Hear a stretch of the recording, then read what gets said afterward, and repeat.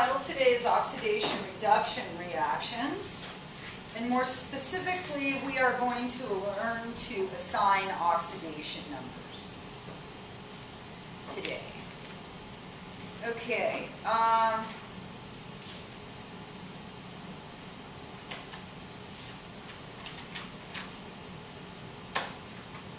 Alright, so far we've looked at reactions that involve switching of ions and compounds.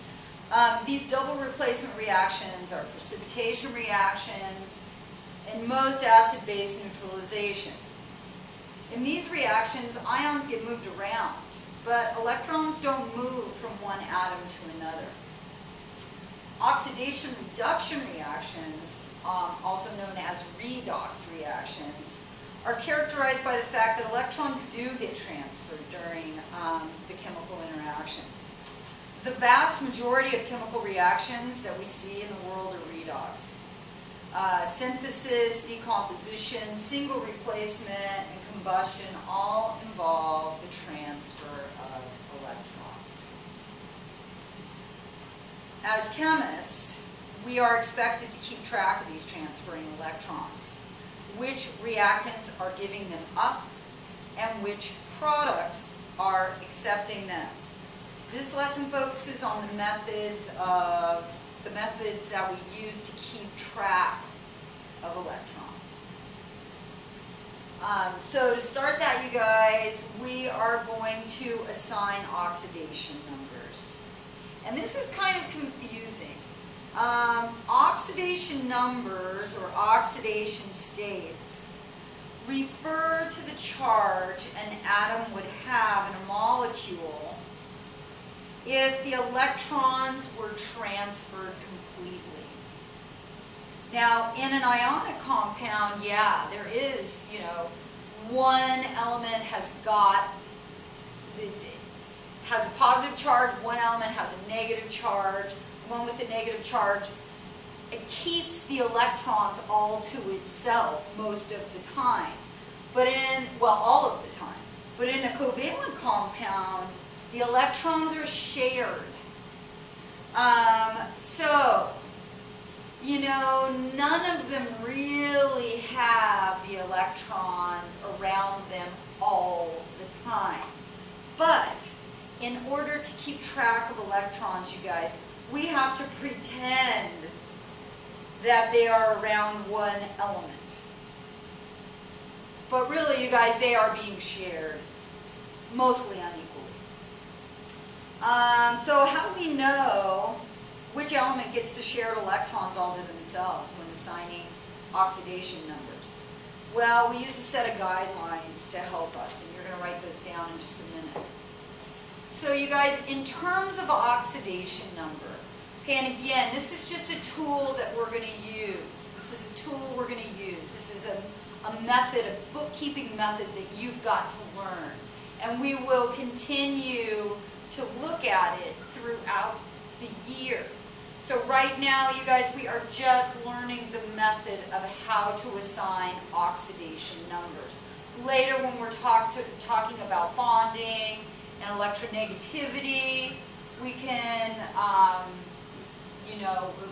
we'll make this more lucid. And then when we talk about electrochemistry, at the very, very end, of course, we will get much more firm knowledge of why the heck we've got to keep track of electrons. Okay, so in terms of oxidation numbers, some elements are rigid and only have a single oxidation state. And that's going to be the same as their ionic charge. But other elements are way more flexible. They can have numerous different oxidation states. For instance, nitrogen has 6 or 7 different oxidation states. Alright, so I want you to copy this down. Let's look at the guidelines for oxidation number. So, our first rule, our first guideline, I should say, is that the oxidation state of an atom and an element is 0. So anything that is elemental has not given up or gained any electrons at all.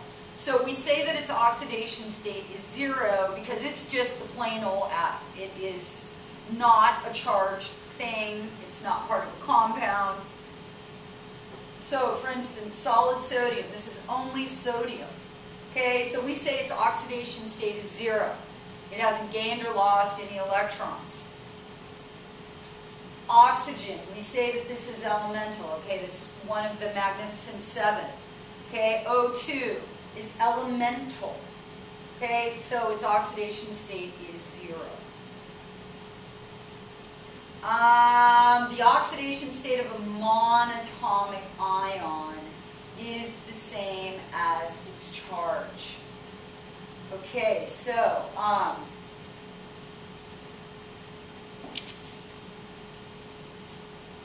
now I'm going to make the differentiation, you guys. For oxidation states, we write the charge and then the number. For ionic charge, we write the number and then the charge. But you know what? No one's ever going to mark you off for that. But by convention, that's how it goes. All right, so sodium ion, its oxidation state is the same as its ionic charge. Chloride ion, monatomic, meaning that it's just a single atom. Okay, its oxidation state is the same as its ionic charge, -1. All right, and a compound. So when fluorine is part of a compound, its oxidation state is always -1. So we can depend on fluorine to always have an oxidation state of -1. In a compound, that is, when it's part of a compound. In a compound, the oxidation state of hydrogen is always +1. Okay, so when it's part of a compound, we always assign it +1 oxidation state. In a compound, the oxidation state of oxygen is usually -2, unless it is peroxide, and then it's -1. And last but not least, oh no, there we go. Now,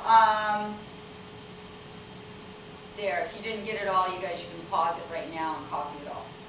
Okay, the sum of oxidation states must be 0 in an electrically neutral compound. And I'm going to show you how to do these problems, you guys, so this will all make sense to you. And last but not least, for an ion, the sum of the oxidation states must equal the charge on that ion. Okay, so here they are. Here's your rules. Pause me if you're not done. Move into the board, and we'll do some problems. CO2. Okay, so our task here is, what is the oxidation state of carbon, and what is the oxidation state of oxygen in this compound? All right, now, oxygen is our dependable. So we're going to always start with it when we have it. Okay, oxygen is always a -2 oxidation state. So I'm going to write up above here -2. All right, but how many oxygens do I have? I have 2 of them at -2. So my overall for oxygen is a -4.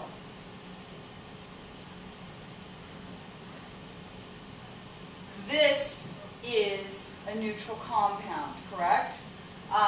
So this isn't an ion. It doesn't have an overall charge here on the outside. And so the sum of the oxidation states has to equal 0 in a neutral compound. So with all of my oxygens, I've got 2 at -2 equals -4, what number plus -4 will give me 0? That number is going to be 4. How many of them do I have? Just one. So the oxidation state of carbon is positive. I almost wrote -4. Is positive 4. So carbon in this compound has an oxidation state of positive 4, and oxygen in this compound has an oxidation state of -2.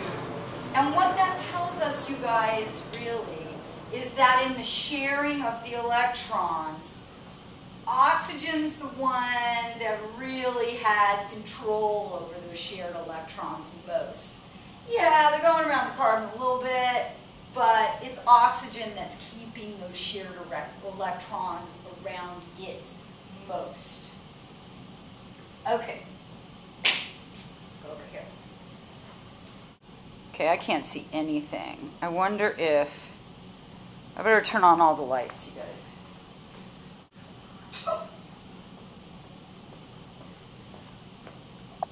I apologize if you couldn't before. Okay. We're going to only do a couple more.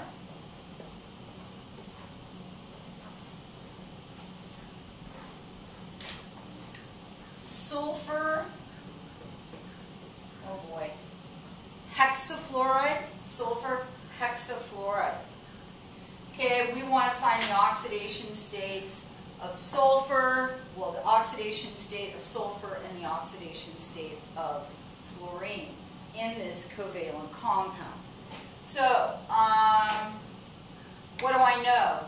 I know that fluorine, when it's part of a compound, always has an oxidation state of -1. How do I know that? From my guidelines. Okay, so it's -1.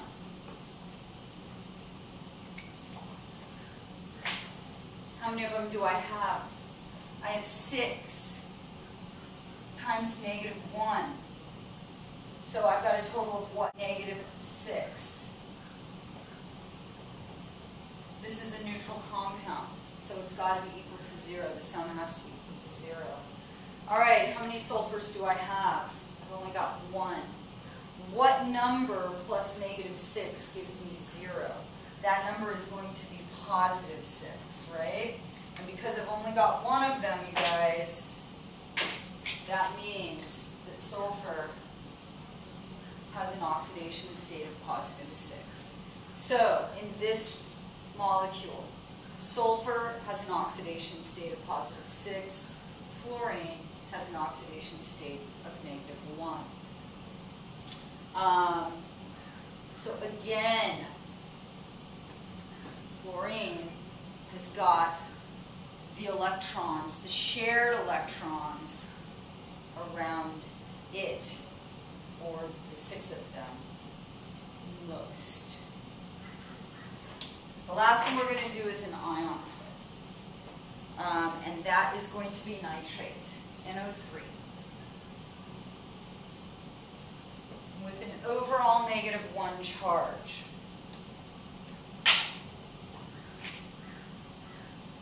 Which element am I going to start with? I'm going to start with the oxygen, because it's dependable, -2.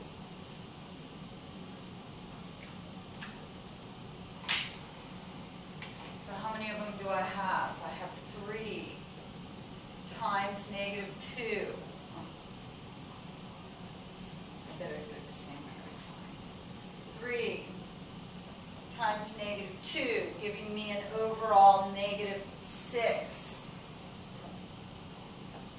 What does my sum have to equal here? My sum has to equal the overall charge on the ion. So my sum is going to be equal to -1. So the question then is, what number plus -6 gives me -1? That is going to be the number 5.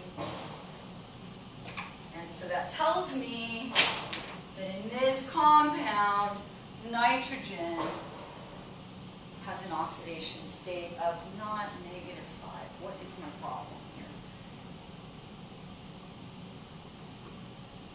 +5.